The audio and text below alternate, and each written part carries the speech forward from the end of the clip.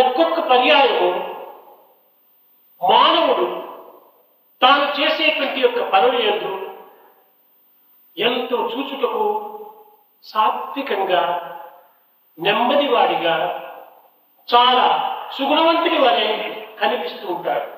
Sometimes man may appear to be absolutely a sattvic type of person, very quiet type by his actions sometimes.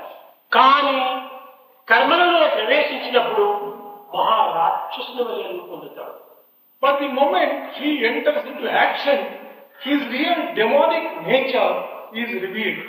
మరికొంతమంది చూచుటకు చాలా క్రూరంగా తన యొక్క ప్రవర్తన చాలా కఠినంగా కనిపిస్తుంటారు.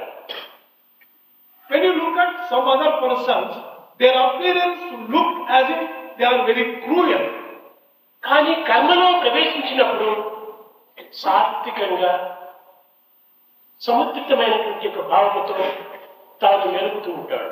But the moment those people enter into action, they show their sattvic nature, their quiet nature and lovable nature.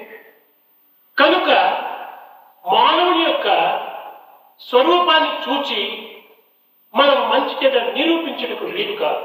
Therefore, it is not possible to say whether a man is a good person or not by merely looking at his person. తాను ఆచరించేటువంటి కర్మలను పురస్కరించుకుని మంచి చెడ్డలను మనం నిర్ణయించుకోవచ్చు.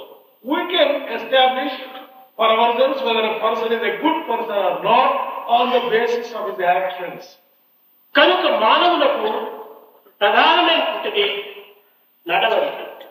Therefore, conduct and behavior is the most important aspect of a human being.